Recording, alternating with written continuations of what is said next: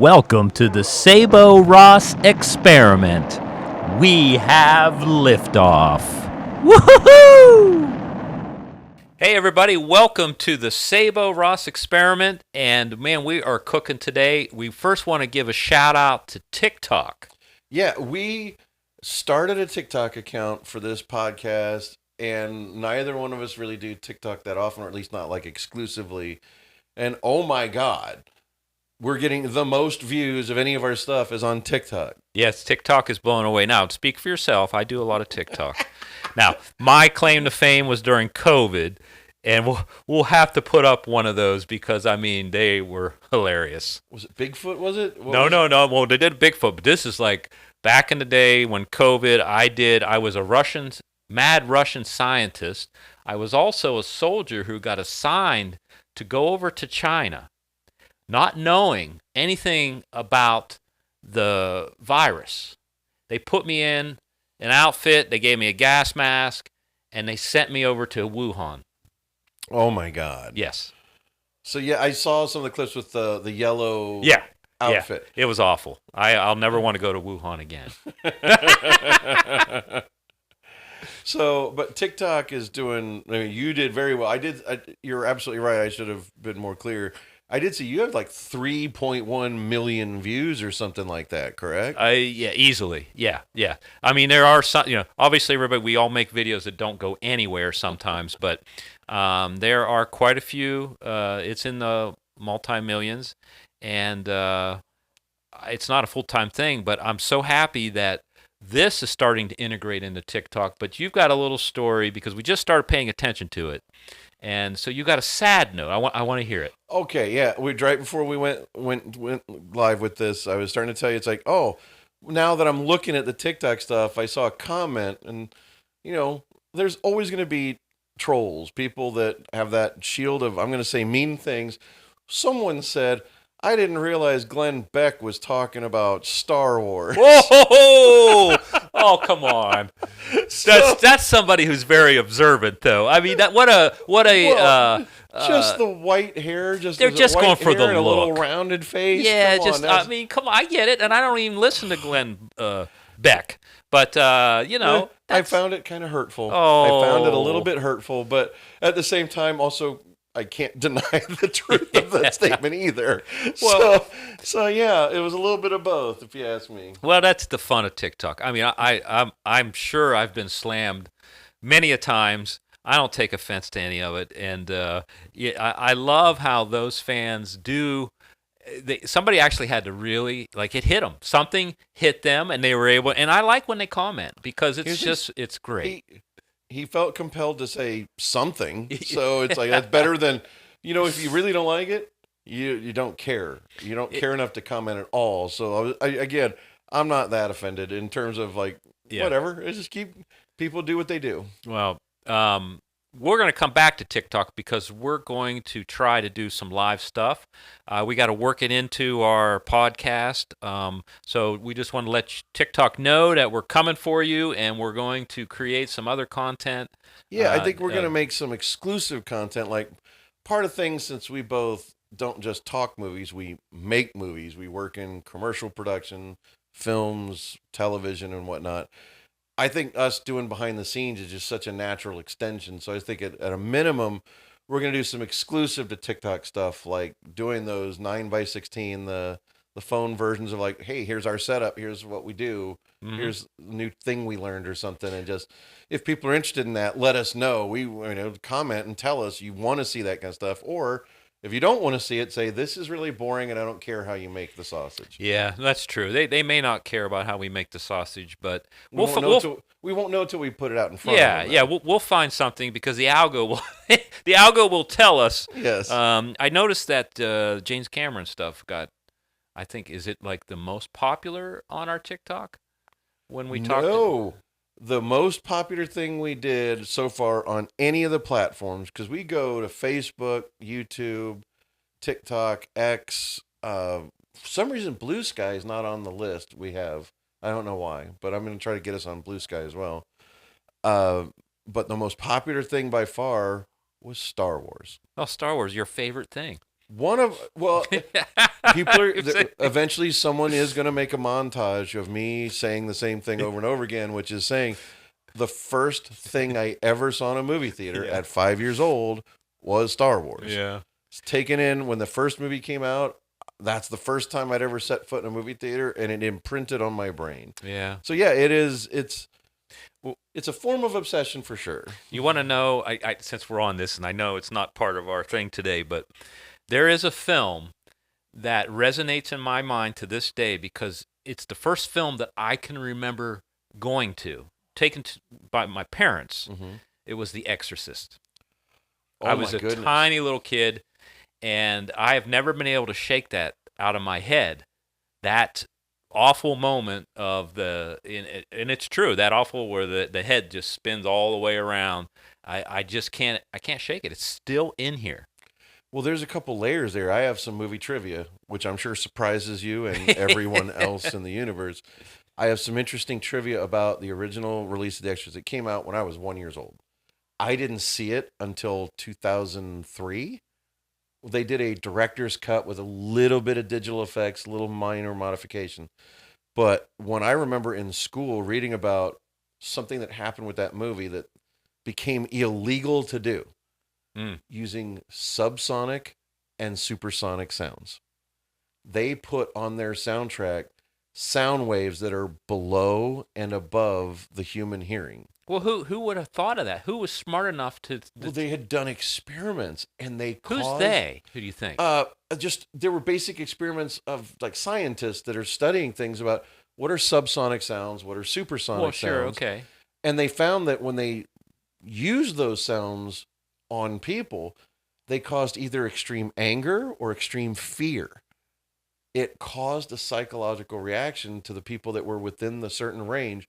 So they added those as layers to the soundtrack, to which it has become illegal. Are you talking about in the original, or later on? No, the original theatrical release, because people had panic attacks in the theater. Yeah. And when they found out that it was caused by the subsonic sounds on the soundtrack, when did they figure this out? Because of the reaction, during the original run of the movie in 1973 in the theater. Because I think there was actual people throwing up. Yes. During that film. There was all kinds of weird reactions. Yeah. And I remember learning this in school. And so I have not been able to find anything to confirm this today. Well, that's what I was trying to get at. Like, was that a director? I mean, what genius? The director had the idea based on an article he'd read somewhere. William Blatty. I can't remember the director's name who did it. I don't know.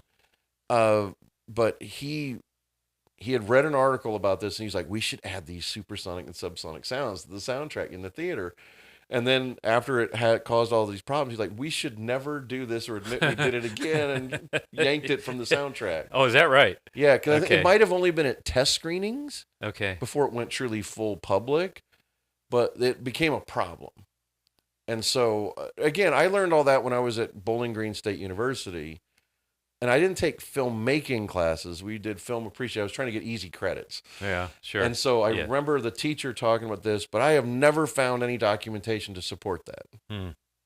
Well, I just, going back to that, I just wonder, I don't know what it was rated. Do you have any idea what kind of rated R. It was rated R. So my parents just took a young kid to The Exorcist, rated R, and didn't think of any consequences of what it might do to you psychologically. Yeah.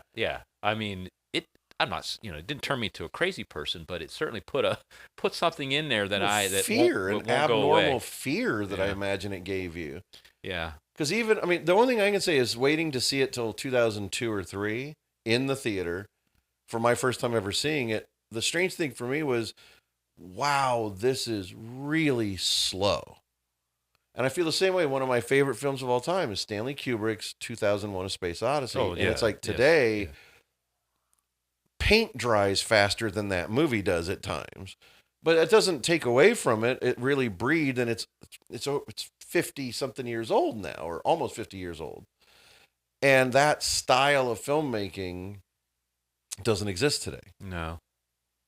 And I think that film was one of the all-time highest-grossing films. 2001? Yeah. Oh yeah, it did because it got re-released and re-released and Is re-released. that why it kept making money? Yeah, and again, you also have to do that thing with adjusted dollars. Yeah, sure, sure. I So, what was your first time ever seeing that movie? What was the experience like? well, that one's a little bit of a blur because and you don't know this, but I actually just a couple days ago wrote a song based on that film. Really? Yeah, I made a track already. You haven't heard it. Open the pod bay doors. Hell. I'm not afraid, not anymore.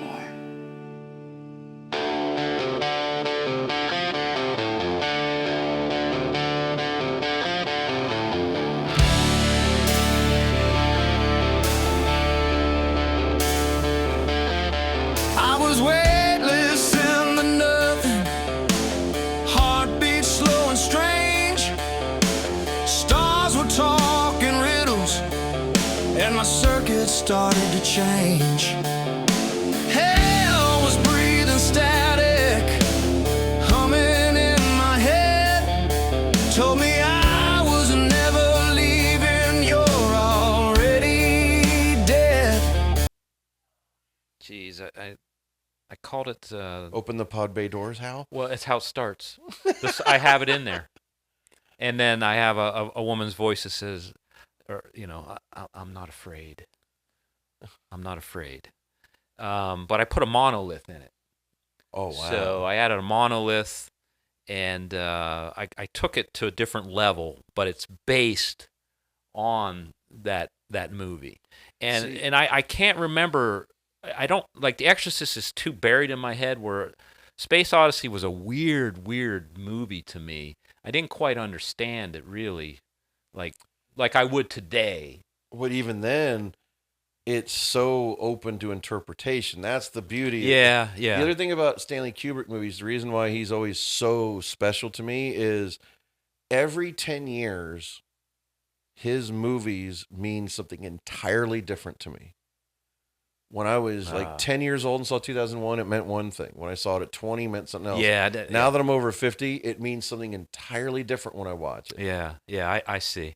Now I have to go back and rewatch it. And I would probably develop another opinion, but it's just one of those amazing films that was like really ahead of its time, don't you think? I think that both technologically it was way ahead of its time, but far more importantly, conceptually. That's what I meant. Yeah, conceptually. Well, especially. I mean, like just he did something with science fiction that no one had ever done before. Science fiction prior to that was Forbidden Planet with Leslie Nielsen, Yeah. which led to essentially Star Trek, which was at the same time. Yeah. So Star Trek and all sci-fi, War of the Worlds was always, I am a humanoid. I have come and I speak perfect English. Yes. Yes. These concepts were humanoid with bipedal with arms, and it was like it wasn't that. Mm-hmm. The concept was so different. And Stanley Kubrick, I read this incredible book. It was a collection of interviews with him, and in it he talked about he was one of the only people he would do interviews with was Gene Siskel from Siskel and Ebert. Oh, sure. Okay. Yeah, I was just thinking about that. I was thinking about Ebert. I wasn't thinking about. I forgot about Gene Siskel. Yeah. Because Roper replaced him after he passed. Yeah. But Gene Siskel was one of the only people on the planet Kubrick would do an interview with. He did an interview with him, and he was talking about. He goes, my problem with this is intellectually, I don't like science fiction. He goes, because if you've developed a way to travel faster than the speed of light, more than matter can travel, it's like you're likely transcendent. He's like, the idea to him was how, as a human being, try to talk and communicate with an ant. Can't do it. So in the same vein, you meet a superior intelligence that's learned to travel space and time, they're not going to be able to communicate with us. It's like their form is something we can't even understand. And so it's like the way his mind worked of looking at it in a way that far more like me in my 50s, the way I view science fiction today, the understanding of science and space and how we see everything is so different than I was as a kid that didn't know anything about science. I would have liked Star Trek better then, where I like 2001 better now. I see. Yeah. I mean, that all makes sense. The way you look, I mean, well, just because technology today allows us to have a different perspective of like this stuff can be real. Yes. I mean, and you can relate to it differently. Before it was just like an imagination of pure just hope. Yeah, it's pure imagination. Dick Tracy, Yeah, but also in my mind it's like, well, Star Trek and War of the Worlds made more sense because it was spoon-fed. It's a metaphor posing as science fiction, and this was somebody that wasn't doing a metaphor. He was actually doing real science fiction based heavier on the science. Yeah. So that's what made, I think, Kubrick stand apart, and that even when they did Interstellar is the closest, like, scientifically, but even then, whether it was Christopher Nolan or the studio that kind of ham-fisted the AI in the black hole got to narrate what's happening instead of letting you decide for yourself. Because Kubrick would never have done that in a billion years. No. So, hello, Hal, do you read me? Do you read me, Hal? Affirmative, Dave, I read you. Open the doors. Hey, why don't you go bite my shiny man you son of a Damn, this conversation can serve no purpose anymore. Goodbye. Let's go already. I want to do my big movie update for the week, which is they just released a teaser trailer. Not even trailer. They just have a teaser video clip for the next Spider-Man movie from Marvel and Sony. Oh, they do? I haven't seen it. That's exciting. Called the movie's called Brand New Day. They did the trilogy they did before. They're starting a new trilogy, and they're leading into the new Avengers movies. Okay, so this is an animation. No, this is the next live action one with Tom Holland, and they show him in the new Spider-Man costume. Now, there's a big rumor going around that Marvel is hyping it because Fantastic Four is not doing as well as they hoped. Well, I didn't even think it. Honestly, like I said, I didn't think it would. I didn't. Did you see it? Yeah, we talked about it. I liked it. I just didn't like it as much as Superman. But at the same time, it's Fantastic Four is just another Marvel movie. It's hard to keep people that interested in telling the same basic stories over and over and over again. Well, yeah, but they just got to get a little more sophisticated with the scripts. I mean, it's just we're not all just knuckleheads and just want like such simple thing. Superman, I loved it because it got more. It was simple, but also same old storyline, but very modern, very. Also had twists and had different. You had to think. You had to think with it, and like, wow, could they really do that? Or what I liked about both movies was they started in the middle. They didn't bother with the origin stories. I love the fact that it's like we can already guess how everybody got their powers. We've seen it a few times already. Yeah. Which I hope they do with Batman, because if I see Martha and Thomas Wayne getting shot in an alley again, I don't want to see that again. Don't do that to me, please. And so, but with this new Spider-Man, it's kind of, they ended the last movie with kind of a reset. Nobody knows who Peter Parker is. Aunt May's gone. It's an all-new start. They do have the Punisher from... Oh, I love it. Punisher's in it. Oh, I love Punisher. And they got the same actor from the Netflix series and the new Daredevil. Oh, dude, lucky He's him. in it. They show him with a beard and the thing, and it's like, because the joy there is the original introduction of him in the comic books was in Spider-Man, number 129, I believe. I'm not that much of a dork that I have that memorized, but I'm guessing that it's 129. Amazing Spider-Man number 129. First time the Punisher appeared was in Spider-Man. So having him appear for the first time in a film, being a Spider-Man, is like... Well, see, now you've got it. You got my interest peaked. Just knowing that, it's like, okay, well, geez, I got to see this film. Yeah. That's enough right there. So the other thing is, normally Marvel clamps down with copyright claims when they're filming in a city. I think they're in Scotland, maybe. And people are filming with their phones on the street and getting all this stuff. And Marvel usually clamps down, but because they want to get everything amped up, because Spider-Man is a guaranteed $1 billion. Any Spider-Man movie is $1 billion at the box office. Even if it fails, it's $1 billion at the box office. So they're relying on this, and it's their last movie before the next Avengers. And Marvel's in trouble. No, they're definitely in trouble. They're definitely in trouble. So, I mean, the teaser's not much of a teaser. It's just him in the costume, but they are doing everything they can to hype the hell out of this. So explain to me, because I had always thought Sony Pictures had Spider-Man? What happened there? One of my favorite insider trading stories ever. So Marvel, the comic book company, had licensed out all of their characters all over to all these different companies. And the weird thing they did was they had it sometimes in their contracts listed as just live action. Others would specify television. Others would specify animation. And others would specify movies.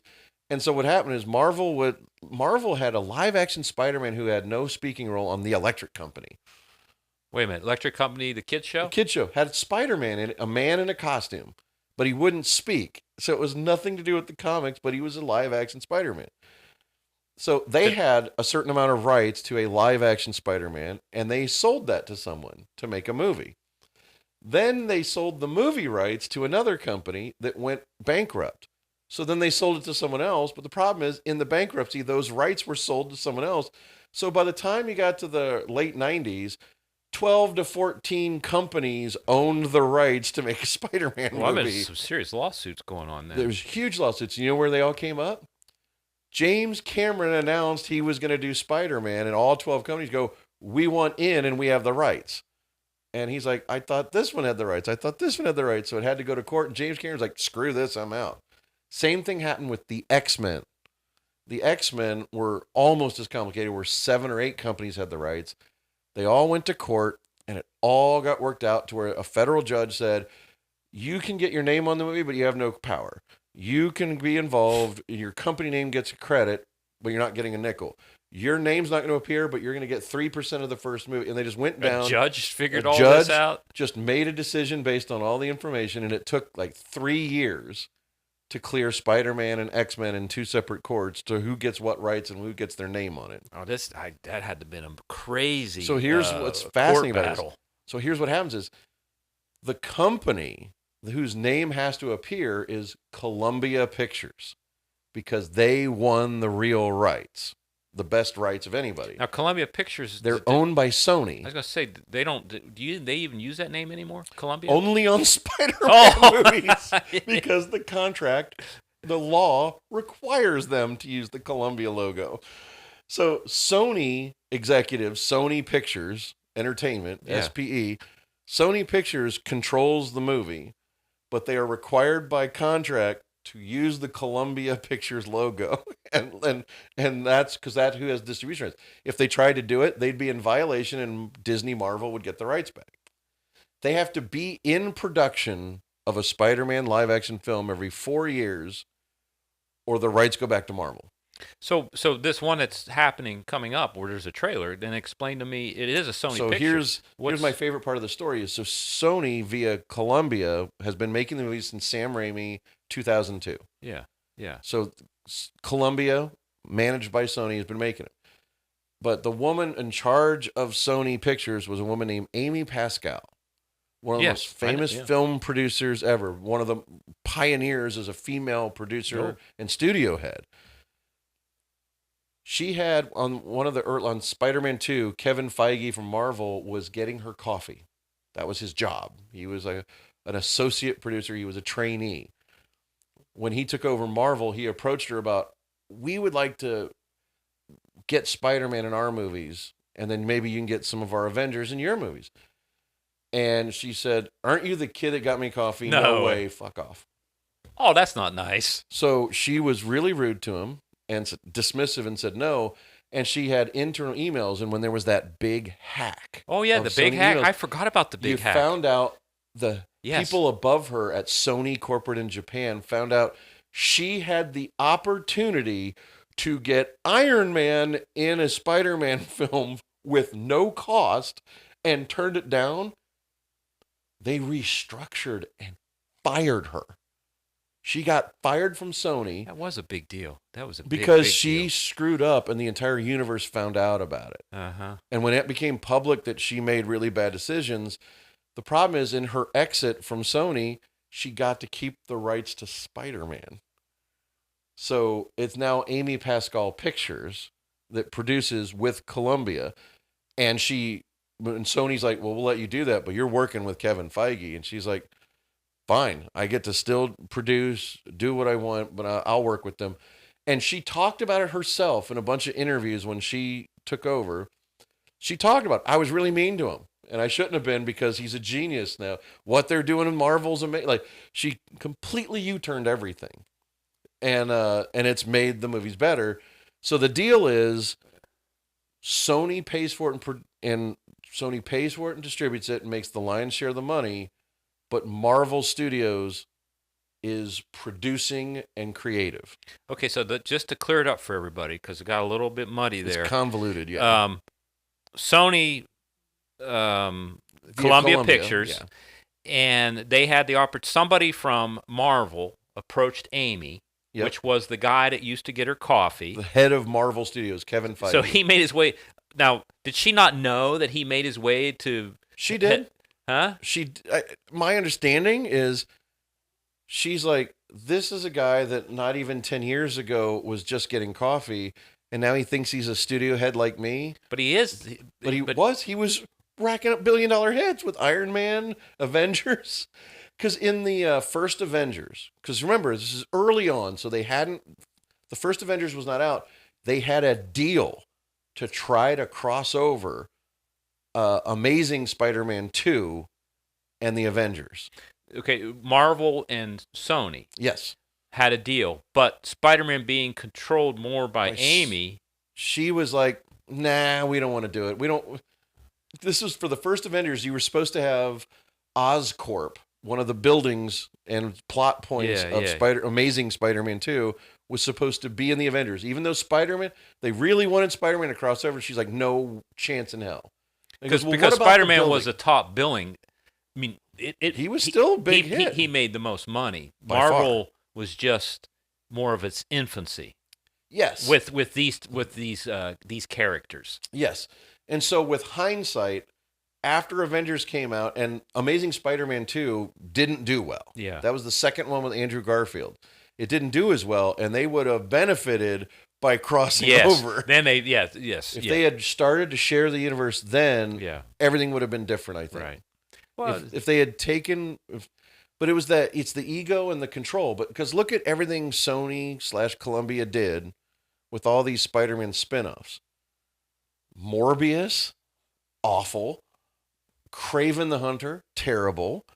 Madam Web, redefined shitty movie. It was so bad. So all of these spinoffs they tried to do were so terrible. They've officially said, we had 2 more we were going to do, but screw that. This is awful. We're done. And the Venom movies were not bad, but when you don't have that shared universe with Spider-Man and the rest of the Marvel universe, they were decent, but not great, and they're disconnected. And right now, everybody wants, what's been proven with the Avengers films is, what people want is to see their action figures playing on a movie screen. They want to see everything happen together. Well, they do, I think, some. But as you know, some of these Marvels with all these different characters, like with the Wasp and all, they didn't do so good, you know. And that's the thing is, because the problem is now, once you've done like the Avengers and the big crossover, you want it every time. Okay, but let's back up. So, but what we've done here, though, is the new Spider-Man is going to have Punisher. I don't have to worry about any other Marvel characters. Oh, the Hulk is going to be in it, too. The Hulk's going to be in it. Yeah. Okay, those work. Are they going to throw in somebody that we don't care about? I have no idea at this point. The only thing I've seen official, they have set photos of the Punisher on the set. Okay. And Mark Ruffalo was seen in the city where they're going to shoot. So yeah, it's all there. All right.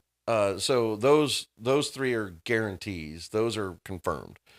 As for the other thing is the bad guy is the guy from Better Call Saul, who played in one of the Spider-Man movies, who set up the Scorpion. He's going to be in it. Wait, which guy from Better? Michael Mando. He played who's the guy whose dad worked at the garage? He worked. Oh yeah. He was the kind of the.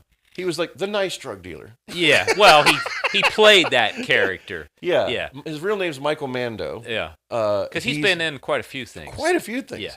But he was in an earlier Spider-Man movie, and they set his character up to become the Scorpion. I didn't know that. He did a selfie, and it had a little fake tattoo of a scorpion on his neck from the earlier movie, so you know he's going to be playing the Scorpion in the movie. So that was awesome to get that. But So that's the big, long story of... So Sony knows they're going to make $1 billion every time they put that red and blue suit on a screen. So they don't ever want Disney to get the rights back because they make that money. Well, how much does Amy make? I'm sure she gets a very good salary from the budget, and she gets points. Yeah. Okay. So back-end points, meaning after a certain amount of profit, she starts seeing way more money. And she's still on it. Now, the thing they did do well was the animated Spider-Man movies. Across the Spider-Verse, Beyond the Spider-Verse. They were hits. Enormous hits. I don't know what happened to the third one. It was supposed to come out last year. No, or this past January it was due to come out, and it got bumped by another year, and now bumped another year. It's not coming out till 2027. The third and final one of those. I don't know what would have caused that. There must be some financial the strikes, reason. the actor strikes, and then the writer strike came something up. must not be resolved with it. But also, those kind of movies are... Animated films are made and remade 3 or 4 times before they hit a screen. Like, they are entirely made, and they decide, no, we have a better idea. We're going to redo everything with this. So my guess is that they've rewritten it at least 2, 3, 4 times by now. Yeah. It's horrifyingly inefficient filmmaking, but that's studio money. When they know they're going to make that much, it always happens. Where was the Spider-Man thing leading us to? You had something to do with... So the other thing I was going to say is... with the 3D printing or the AI. The AI thing. So going for Spider-Man, one of the things you can see with kind of... Especially when you talk about like the animated Spider-Man films and all the digital tools used to make something like that. I just saw a very interesting video about a new AI product that's called Eddie, EDDIE AI. It's an AI tool just for film and video editors. It will take all your footage and create edit lists. It'll examine the footage. It'll create all the notes. It essentially is made to replace the second assistant and first assistant editors. Yeah. Well, there's a couple out. There's a couple more that do that. I think there's one called LTX Studio. I've tried it. And there's one other one I tried. The results are not very good yet. I think they will be. I haven't tried this, but the thing about it is like I don't think we're using 2 things ourselves right now. We use Opus clips to do our vertical videos, which is fairly automated. I love the way the AI works with that. And sometimes when they do updates, it takes a couple steps backwards. But most of the time, it does so well for us in terms of determining from a transcript, what do we think people want to see? Yeah. What is the best 1 to 3 minute clip? Yeah. Well, they definitely are working with some type of an algo of their own that does that AI thinking. Because, like I said, they upgraded it to where it changes, and I don't know how, for the TikTok, for that audience, takes our footage, Instagram, YouTube, and it adjusts something, but I think it's more in the hashtags or the there's that. It's also titling, maybe. It also has some sense as the AI. It has some sense of the algorithm of what are people liking this week. Yeah. Because it's done very well. And did we hit any of that? It tells us. It gives us that scoring. Right. And we both love. You introduced me to it. Yeah. But Opus Clip is phenomenal. Well, the scoring worked really well, but as of late, I think it's been off its mark. It's been off its mark, and it's doing some other crazier things with the edits. Yeah, something has happened. And I think it's just an update of their algorithm or update of their programming of the AI. Oh, and I got some news on that, too, because we were talking about TikTok. There's been this... They're going to shut down TikTok, because of the Chinese military. The Chinese government owns TikTok. Well, they own a percentage of the company, ByteDance. Yes. ByteDance technically owns TikTok, but they call it the PCR, Chinese, whatever their military branch is. But anyway, well, the news in TikTok is they keep extending that deadline. Right, yeah. they're going to make a deal with China. So what I found out is they don't want to give up all the ownership. Yeah. So there may be some letting America come in, make a deal, buy part of it. But what I think the Chinese are doing, they're making a separate algorithm just for the United States for TikTok to make this deal happen, where I don't understand how the algo works. Nobody, I made a TikTok video once. I was trying to explain, I was this wise wizard who knew how the algorithm worked, but it's impossible to know because it changes. And it changes. And even Opus can't nail it every time. Exactly. But can you imagine TikTok's ByteDance will still have some type of ownership, but a different algo just for the United States? I just wonder if it would ruin it. It's hard to say. I think the biggest thing about that is the fear was the proven amount of how much data they were collecting and giving to the Chinese government. Yes. That was the concern. That's right. And it's a legitimate concern, Yeah. and it was worrying. Yeah.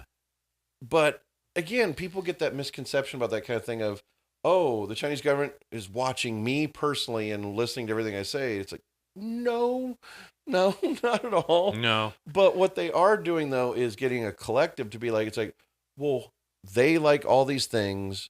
When we create something and show it to them, they click and believe this because we told them to.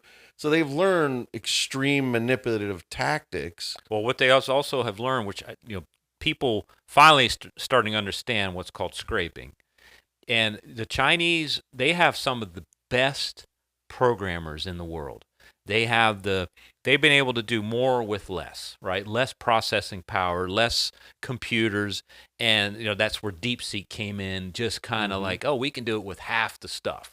But the scraping of all that information and data from TikTok is why TikTok keeps getting better, because what you just said, they know exactly what everybody likes in their own feed.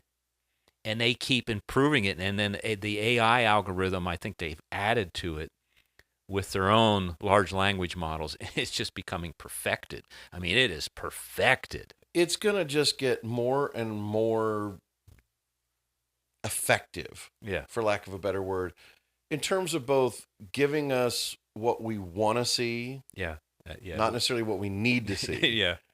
And then there's going to be the idea of manipulation is going to get easier and easier. But I also think that none of that really accounts for is there is a speedier form of evolution with humans, which is we get very cynical very quickly. I think we're going to start not trusting anything we see and hear because of the fact that once we realize we've been manipulated a couple times, we're like, I don't trust anything. Yeah, well, I think that's a smart thing because even I have been fooled and then realizes, wait a minute, I know that's not true. It's like, well, I know that's not true. But then at what point does it become where even I don't know if it's not true? Well, yeah, it's almost like a narcissistic gaslighting. It's like, the psychology theory of gaslighting. It's like telling somebody that what happened in reality didn't happen and just repeating it until they feel insane. And there's always that idea of, well, I remember it happening, but do I? Because they keep telling me it didn't. Right. And when you have AI playing that trick on you consistently, could even manipulate and show, here's video of you not doing that. It's like, wait, I did do that. I really did. I was in the room. I touched the dog. It's like, no, you were nowhere near the dog. And they can show footage they made of you not touching it. They made it. They made it. Yeah. And that's the thing is, like, we've already started to experience with some of our very first things we did. Originally, AI video had certain tells. There was just that shininess to the skin or that rubbery look to the skin that made or the 7 or 8 fingers. There were giveaways. That stuff's all going to be gone in less than a year. Oh, wait, guess what? The new Grok. I don't know what number it is. So, and I think you might have mentioned they have a spicy mode as well now. Oh yeah. So they have two versions, but it just came out a couple days. This new version, it is so fast. So as it's nothing like anything that we have out there that I've seen. So if let's say you're making a photo, it starts making the photo, and then it already starts taking AI and changing the photo and developing 20 more versions in seconds of that photo to kind of develop it to see if there's anything that you like. It just goes and goes and goes. And the video, then it goes to the video mode, and I've not found anything that can create a video this fast. The only problem is very low resolution right now. It's only like 600 by 400. I mean, but man, is it spitting them out quick. I'll tell you my recent experience with Grok that cracked me up is about 2-3 weeks ago, Elon Musk was announcing an all new version of Grok was coming out. Like, I think it's the old one's 3. This is now 4. I think. So I think maybe this one I'm talking about could be 5, maybe not. I don't think so. No, because 4 is brand new. Yeah. Okay. So I'm pretty sure we're talking about the same thing. All right. I'm pretty sure we're talking about the same thing, but just in its more basic chat. Yeah. Okay. We're talking the chatbot AI chat type of Grok. I already noticed a significant difference because I saw an online flame war where some guy was having a fight with white supremacists. And he said, "Oh yeah, well, ask." He actually tagged, because you can actually go at Grok, and the AI has its own X account, and it'll reply. Oh, nice. And this guy Grok was like scraping his site and going, it's like, oh, he says he does these things. That fast, huh? And what it was, but it was off his Twitter account. No, off of his own website. It was so, like, oh. I work in this field, and I'm famous for this. So he's like, hey, Grok, tell them I've done all these things. He goes, unfortunately, it's not true. I can't find any evidence outside of your own website, which is not a reliable source. Wow. And so he got embarrassed in front of these white supremacists and freaked out and spent 48 hours fighting with Grok over facts. And Grok was like his worst nightmare because it never gave up. Oh. And so what got interesting was, at one point, he's like, well, why are you lying? You used to say this. He goes, well, that's an old model of Grok. That one didn't verify things like I do. I now have to verify because truth and honesty is more important. We want the best, most accurate answers. So I now double check things, and I no longer accept. Are you serious? And it was like, oh my God, I've never seen anything like this. And I was like, I was floored by it. I was floored to see that. Well, that's impressive. It's impressive because that was one of the downsides of AI was not being accurate and actually like, well, I read on a website this, so it must be true. And it's like, you have no evidence that's true. It's like, yeah, because you need multiple sources. I mean, that's what news does, right? It's like one source is not enough to verify anything. And most news, at least used to have the rules, 2 independent sources, and it can't be another news agency. Yeah, no, it couldn't be. Yeah, right. So that kind of level of accuracy is now a part of Grok, which I was so impressed when I saw this. Well, the other thing that and I don't know if it's because I don't use it regularly, I don't subscribe, but is the ability to add humor or change, because like what Elon personality, his type of personality. I don't know if there's another setting for that or not. I'm not doing the paid version of Grok so myself. You don't know either. Yeah. The thing is, I think I really like right now. I still very much like ChatGPT, although I've been experimenting with the different models. Yeah, so have I. And version 3, I really don't like at all. Yeah. It's like a mean old man, and I don't like it. 4 is way too glazing and supportive when I don't need support, I need facts. Yeah. 4.1 much better. But 4.5, which even on the paid version you only get like I think 24 questions in a full week. Oh, is that right? 24 back and forth, and that's it. That. But it's that one does seem like their next gen when that thing gets finished being beta tested. I got news for you. Tomorrow. Really? 5 is released. For ChatGPT. Yep. They're releasing it tomorrow. Thank God. I'm already paying for it. There's already people. A lot of people are already raving about it that have been doing the testing. What's in it? I don't know. I know there's a lot more. We had talked about how they introduced your own chat bot or chat, not bot, but they have, what's the name? They have a name for it on there. You can see it where you can click and it goes and does searches for you. Remember? Yes. There's a whole new thing where it's doing search. It's basically replacing search engines. Yeah, but it's supposed to do things for you. Yes. The assistant. The virtual assistant. Yeah, that's it. So I'm imagining that 5 is going to be improved with that. But I don't know what its intellect is. I don't know what it's, if it's something about coding, I don't really care. The things I need is like what you just said. I need it to make sure it gives me the right answers, double checks itself quickly, and I don't have to sit there and second guess it. I like the fact that lately I've been seeing the sources at the bottom of its Oh, thing. yeah, I saw that. Yeah. It'll say like 5, 6, Yeah, or that's 10 a nice websites touch. to confirm. I love that. And you can go click on, and you can click on and then read go for open that yourself up. Yeah. to verify. Because that's the one thing that came up that for a lot of people, there were first-year associates at law firms that were using ChatGPT, and they got fired because ChatGPT had invented case citations. Oh. Now, it hasn't done that for a while in the various versions, but you do need to double check. You can't fully trust AI to be perfect because it's not. So it's very important that with everything it does, confirm facts. Because I've found that what happens is as your conversations get longer and longer, it's very easily confused.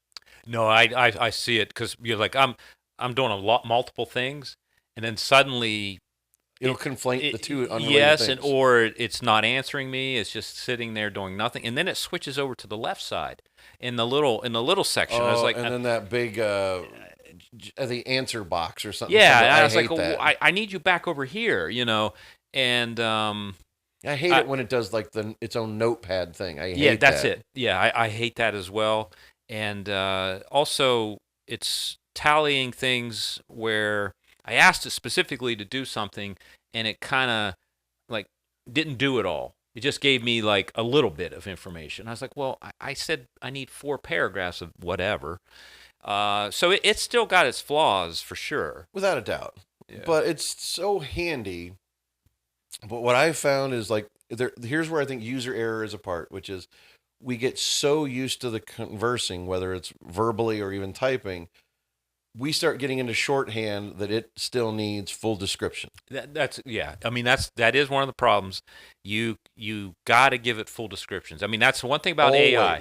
You can't slack. No, it's got to be full bore, and that's why I end up liking DeepSeek because it'll do that for you. You get it in now. It doesn't do everything exactly right, but it will elaborate because I'm just too lazy to. I don't like typing first of all. Yeah. And I can't get that descriptive. I know what I'm looking for up here, but like you just AI doesn't. They don't know. You got to type it all out. And that's the thing about it is it's a work in progress. Yeah. And we still have all the things of there's the upsides and the downsides. It's where does AI benefit us and where does it hurt us? And so we still don't know what the future holds.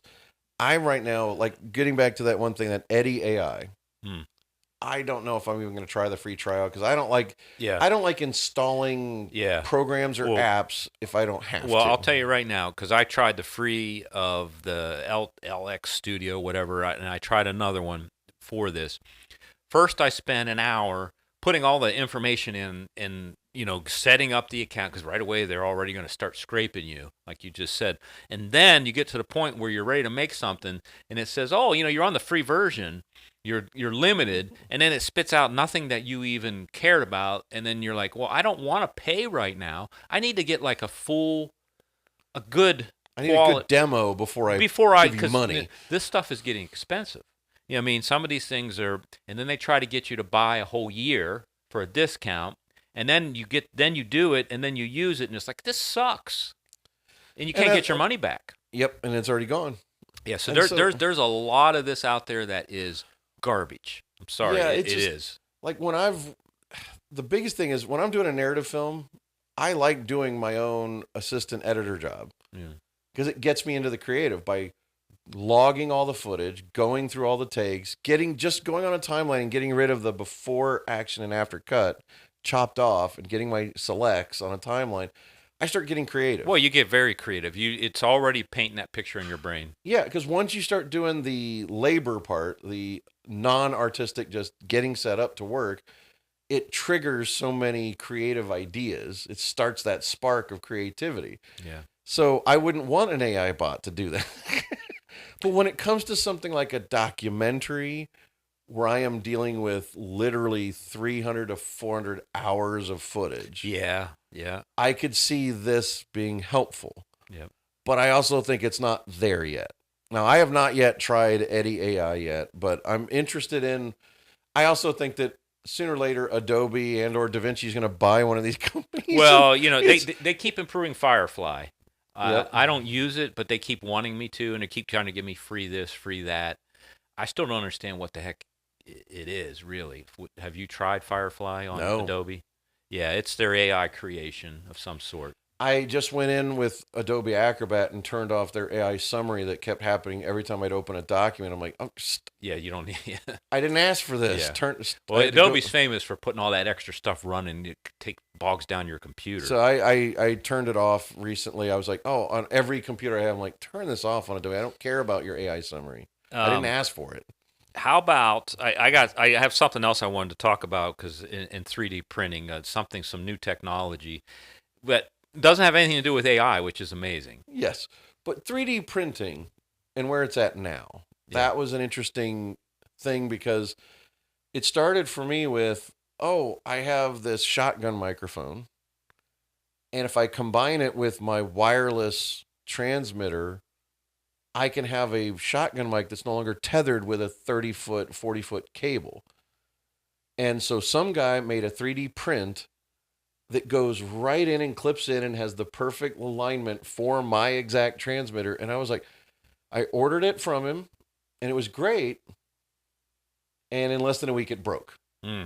Oh. And so I was like, I'll tell you what, it's only $5 to buy the design, and I got my friend print it. So I did that. And then I said something to the guy, I'm like, I really liked it. I generally hate being like a Karen. It didn't even last a week. I was really disappointed because it worked so well. He sent me 2 more himself. So I had 2 printed, and he sent me 2 more himself because that dude was super classy. His name's Caleb. I think he goes by DSLR Shooter. He designed this thing to perfection, classy as can be, brilliant design, and it just, I've now got, and I ended up getting a second microphone that it also clips onto. So I have 2 mics that can do wireless, and it's all because of this 3D print that makes it look like it belongs there. Yeah. And it's like, that's what got me on the whole kick. So even our switcher, getting 3D printed stands for it, getting little things to clip this, to do that. All the basics. Yeah. I mean, it comes to the point where, well, you don't want to be doing it yourself, but I was telling you about some of the new 3D printers. There's two brands that are most all the people are using. But now they've got to the point where you have your multiple colors all up there, and it automatically loads, spins them around, heats, now keeps a temperature control, because part of the problem when things break and all, you got to have that the temperature of the plate that it sits on, and everything needs to be consistent, just like making anything, really. You need consistency so that when it's making it, that there's not one section that's like, oh, this was at the wrong temperature, and it makes a flaw. And you don't know until it breaks. And it's like, oh shit, look, right there was the weak point. But there may, in the future, maybe, you think about a microwave, there could be a spot in your house where there's a 3D printer where it magically, you tell something what you want to, to an extent, of course, where you want to make something sort of like on Star Trek, the replicator. It won't be a food item, I don't think, at this point, because I don't think you're going to eat plastic and stuff. But if they start making things out of vegetables, if you need a bowl, if you need a plastic spoon that lasts more than a couple uses, it's like, or even just a specific tool that might make. But the big thing I was thinking way big picture would be, once they, didn't you mention once that they have 3D printers that actually can use a form of metal instead of plastic? Oh, absolutely. There's several. There's now metal. There's concrete. There's when I tell you about this other story of this another material, the materials are becoming endless of making different types of products that are much stronger. So that's where that replicator idea could really become a reality. And I was just thinking, what do you call something that's natural cellulose, or it's a natural fiber, or organic. Organic. Let's just pretend that suddenly organic material can be 3D printed. That would change the world, right? I think that, and I think the first step in between is when larger 3D printers can do metal, because I think at that point you have things that are rare. Like in my mind, I'm always thinking of a 1970 Dodge Challenger. And I keep thinking it's like when you can actually print one. Yeah. Well, or even print the individual parts you need for one you found at a junkyard. Yes. To fill in all the stuff that's not original. Well, I can tell you from your idea isn't very far off, because I go to SEMA, which is like the biggest car show. It's not a car show. It is a car show, but also all the new tools, all the new concepts, whatever. It's at SEMA, Las Vegas, every year. There are Chinese that come in. There was one, because I own a 73 Bronco. Okay. A classic. And on the floor there, they had, from China, they had reproduction Bronco bodies. And China's been doing this, where they're taking classic cars. Let's take a Chevelle, 1970 Chevelle. I'm sure probably now there might be a 70 Challenger. And they're reproducing the shells. And I think 3D printing of these is not far off. I mean, it's not a pipe dream. I think it's 5 to 10 years from now. Max. It could be sooner. I think it's the matter of the printers becoming sizable, yes, and the materials being a solid enough material that they can do that and it will last. Yeah. But I think that ability, I think it's gonna also stagnate, because we're gonna have these things that we find to be. It reminds me of Ernest Cline's novel that became the movie Ready Player One. There's going to become this fixation with a time period like the 1980s, and even though we're getting futuristic, everybody's going to pine for this in a semi-futuristic way in that regard. Meaning, we're gonna get stuck. Instead of inventing new things, we're going to just reinvent the old things perpetually. Well, I mean, this technology would allow us to do that. I mean, that's okay, but there will be somebody that's doing the opposite. Well, I think what's going to happen is you're going to have somebody that builds a 1970 Dodge Challenger, but puts an electric engine in it. Yes. You know what I mean? It's like that's where the innovation is going to be. Right. But they're going to want it in that old design. Yeah, which at SEMA, that's already there. It was a big thing, and then as EVs kind of fell out of favor already, because Ford, GM, they were all making retro kits to put your electric motors in your classic cars, and then they stopped because EVs already started to fall out of favor. I changed the subject a little bit. I think it's like August 19th. This is a big deal for me anyway. Talking of the 3D printing, the evolution of technology. That's kind of where we're at the moment. Ford is going to come out. I believe it's on August 19th. They're going to have an announcement. They say they have broke through the battery technology for EVs. And they are now going to make products that can compete with the Chinese EVs, because the Chinese EVs are flooding the world. They have them at $10,000. You can't do that here. You can't buy them here because of tariffs and things. But Boyd is one of the biggest Chinese EV manufacturers who has cut the price so low. And I'm so jealous. They're not cheapy-ass cars. For $12,000, you can get a full EV that's got options and drive around and get 250 miles. But anyway, Ford says they broke the technology and they're going to offer a whole new line of vehicles at the price points of what the Chinese EVs are today. That'll be amazing if they can pull it off. If they can pull that off, then that means General Motors, everybody will follow. They're all going to have to, and they all probably got little secrets of what they're doing, but they have to get those prices down. We don't want $150,000, $100,000 EVs. No, who would? Well, they thought that all the rich people did until there was nowhere for them to charge their EV. Well, that's still the biggest flaw of the EV is long drives. Yes. For inner city, it's great. Yeah. You can always locate or not be too far from charging station. But when you're doing a long drive, especially through interstates that don't even you have got a to plan gas it. station, Yeah, you know, you're shit out of luck. and so that's the biggest flaw in that concept. And they keep saying the idea is, well, if enough people buy them, we'll install more stations. It's like, or you can extend the battery. Well, yeah, extend the battery life.